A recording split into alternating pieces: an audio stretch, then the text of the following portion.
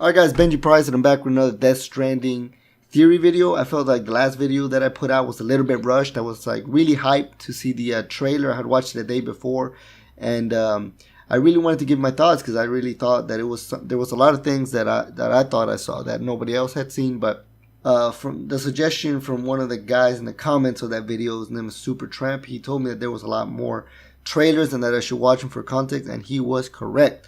So now, having viewed the trailers, all of the trailers, I'm gonna go ahead and make my predictions, set out my theory, and let you guys decide, and maybe we can have a conversation about the game down below, because I really want to know what you guys think, and maybe we could all figure this out together, because this game is a damn enigma. Alright, so first I think we need to start by talking about who the main character is. So in one of the trailers, we hear his mate call out to him. Sam! So we can infer that that is his first name, or at least what his colleagues refer to him as, his friends, right? We also see in one of the trailers the blonde woman with the black jacket referred to him as Sam Porter Bridges. Now that we have established that his name is Sam or Sam Porter Bridges, we can try to figure out what he does for work and who he works for. So the woman calls him the man who delivers.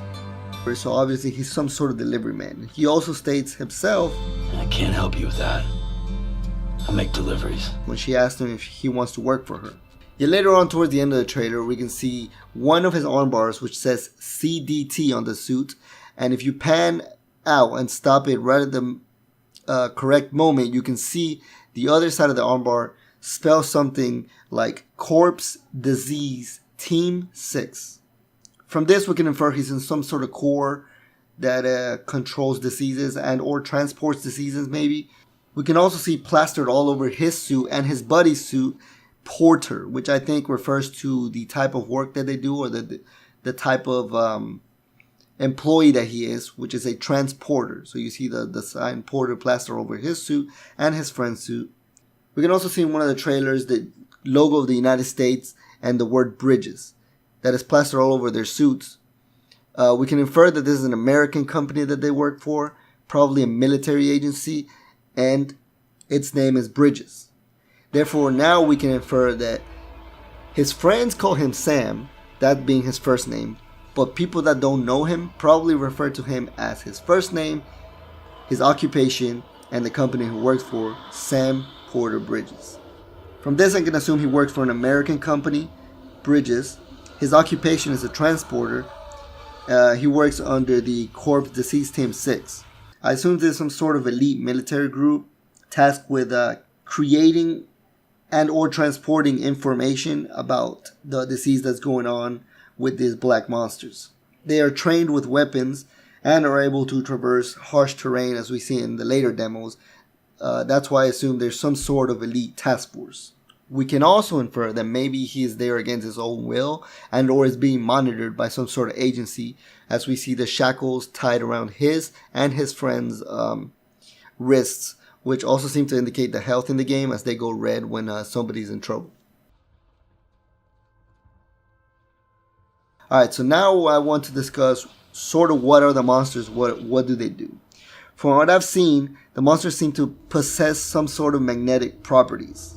You can notice in the trailers that the effect the monsters have on Sam's body, it seems to sort of create a rash, or maybe like his skin is the blood is being pulled or boiled. Maybe has something to do with the magnetic effect on the body. We can see his hairs raise up. Parts of the environment also raise up, as if there's some sort of magnetic field going around. We can also infer from him working for a disease control team, some sort of disease control team, that these monsters do inflict some sort of disease, biological disease, that maybe interfere with them being able to see and or sense these monsters. As you can hear in one of the trailers, the woman is talking about their duns, or she has also a genetic ability to see these monsters, but he has it less than her, because he says you have it worse, but he hasn't less than her, so he's able just to see them.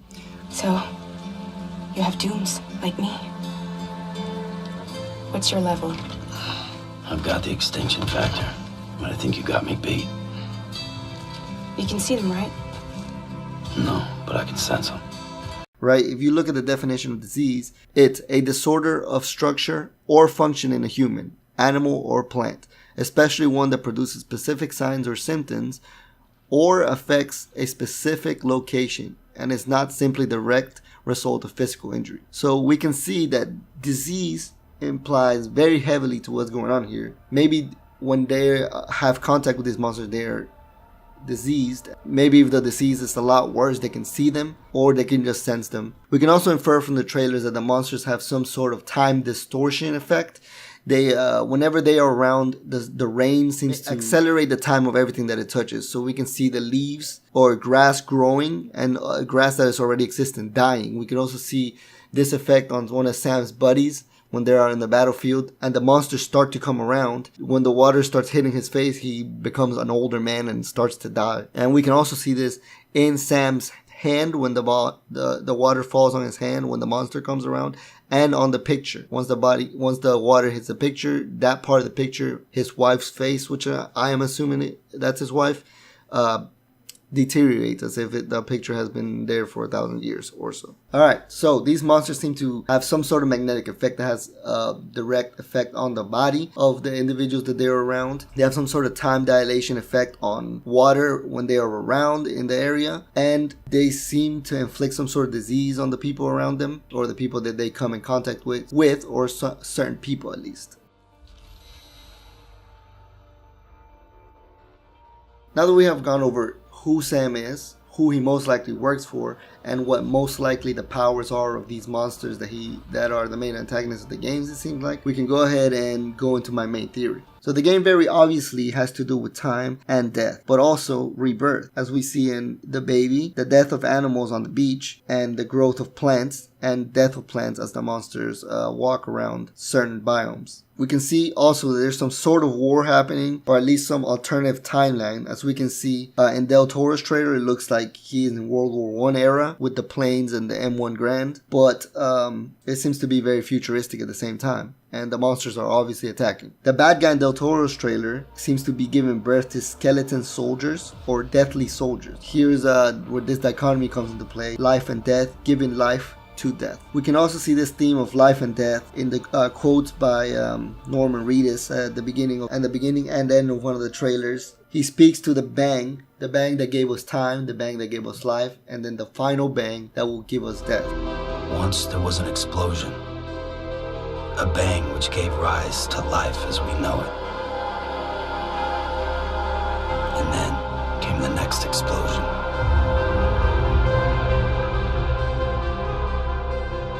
An explosion that will be our last. Furthermore, we can see the baby that is enclosed in some sort of black water, as we have been seeing the theme of water. This baby is enclosed in a black capsule full of what seems to be that kind of water. We see the babies only activate when they're around the monsters, which, as spoken earlier, they seem to give water some sort of time acceleration property, the timefold, and so we can infer, as the timefold is activated, the water seems to make the babies grow. The babies, in my theory, seem to take DNA from their current host, the host that they are attached to. And so when the timefold activates, they begin to grow. They take life. We can see this in the trailer. At the end of the trailer of the last E3 2018 trailer, when Norman Reedus activates the baby, right before he's going to go out into the field and get attacked. We can see this in the trailer when his friends are fighting for their lives. One of the friends has the baby on him, and when the monsters really start to get on him and attack him, the baby comes to life. He then proceeds to take the baby off and throw it to Norman Reedus. I'll talk about that later. And we can also see this in the Del Toro's trailer when he's about to go into what we later see is the bad guy's den and death soldiers.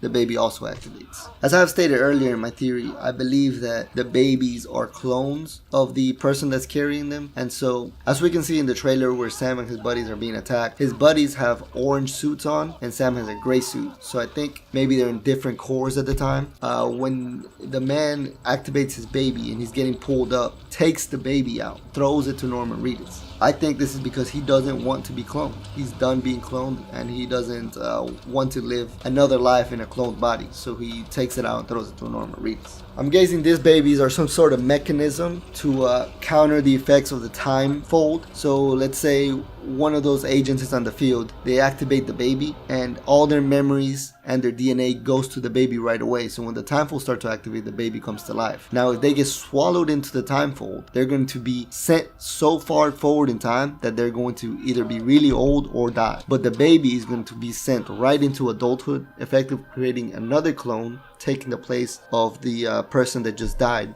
So it's like nothing ever happened, which is why Norman Reedus' boss or companion or buddy over the radio says this. Sam, if one of those things eats you, it'll trigger a void out. You'll come back, sure, but the surrounding area will still be a crater.